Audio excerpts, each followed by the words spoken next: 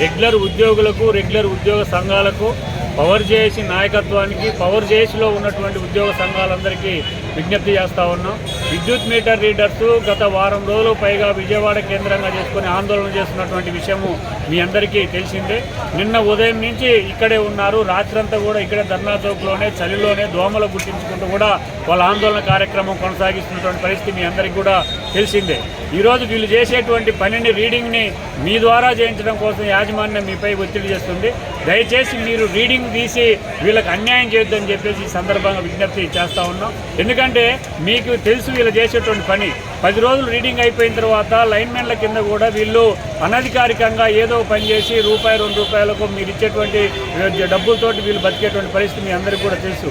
అందుకని వీళ్ళు చేసేటువంటి రీడింగ్, వీళ్ళు ఇక్కడ ఆందోళన చేస్తూ ఉంటే మీరు రీడింగ్ చేస్తే వీళ్ళ ఉద్యమం మీద ఎఫెక్ట్ పడుతుంది. కాబట్టి మీరు పరోక్షంగానైనా వీళ్ళకు మద్దతు ఇచ్చి సంఘీభావం తెలియజేసిన బాధ్యత మీ మీద ఉంది. దయచేసి రెగ్యులర్ ఉద్యోగులు, ఉద్యోగ సంఘాలందరూ ఆలోచించి వీళ్ళకు మీరు పరోక్షంగా మద్దతు తెలియజేస్తూ ఈ రీడింగ్ చేయకుండా వీళ్ళకు కూడా వీళ్ళ ఉద్యమాన్ని బలపరచాలని చెప్పేసి విజ్ఞప్తి చేస్తూ ఉన్నాను. మీరు ఒక్కసారి ఆలోచించండి. వీళ్ళు అడిగే న్యాయమైనటువంటి కోరిక. ఈరోజు విద్యుత్ సంస్థలోనే మ్యాన్ పవర్ చాలా తక్కువగా ఉంది, ఫీల్డ్లో వెళ్ళేటువంటి వాళ్ళు లేరు. రెగ్యులర్ ఉద్యోగులకు వయసు రీత్యా కూడా ఈరోజు కరెంట్ పోల్ ఎక్కి, చెట్లెక్కి లేదా ఫీల్డ్లోకి వెళ్ళేటువంటి పరిస్థితి లేదు. వీళ్ళందరూ అనధికారికంగా పనిచేస్తూ ఉన్నారు. కాబట్టి వీళ్ళని అవుట్సోర్సింగ్ పద్ధతిలోనైనా కూడా ఈరోజు వీళ్ళని తీసుకుంటే మీకు సపోర్ట్గా వీళ్ళు పనిచేసేటువంటి పరిస్థితి ఉంటుంది. మ్యాన్ పవర్ మీకు అందుబాటులోకి వచ్చేటువంటి పరిస్థితి ఉంటుంది.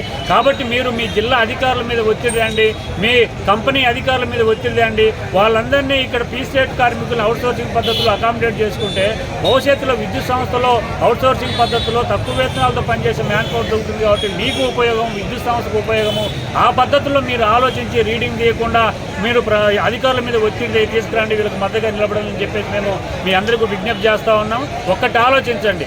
ఈరోజు స్మార్ట్ మీటర్లు రావడం వల్ల మీటర్ రీడర్ల వ్యవస్థ రేపు చనిపోయేటువంటి పరిస్థితి ఉంది. మీటర్ రీడర్ల వ్యవస్థ కనుమరుగయ్యేటువంటి పరిస్థితి ఉంది. ఇప్పుడు ఈ వ్యవస్థను మనం కాపాడుకోకపోతే, వీళ్ళు చేసే ఉద్యమాన్ని రక్షించుకోకపోతే భవిష్యత్తులో అదాని లాంటి ఆంబోతులు విద్యుత్ సంస్థలకు వచ్చిన తర్వాత లైన్లు మెయింటెనెన్స్ వాళ్ళకే పోతుంది, డిస్కమ్లన్నీ వాళ్ళకే పోతాయి. ఆ తర్వాత మీరు కూడా ఉండరు. కాబట్టి రేపు మీరు రెగ్యులర్ ఉద్యోగుల వ్యవస్థ చచ్చిపోతే ఏడ్చేటువంటి నాదుడు కూడా ఉండడు. కాబట్టి వీళ్ళ ఉద్యమానికి మీరు సంఘీభావం తెలియజేయండి. రీడింగ్ తీయకుండా మీరు పరోక్షంగా సహకరించండి అని చెప్పేసి ఈ సందర్భంగా మీ అందరూ విజ్ఞప్తి చేస్తూ ఉన్నాం.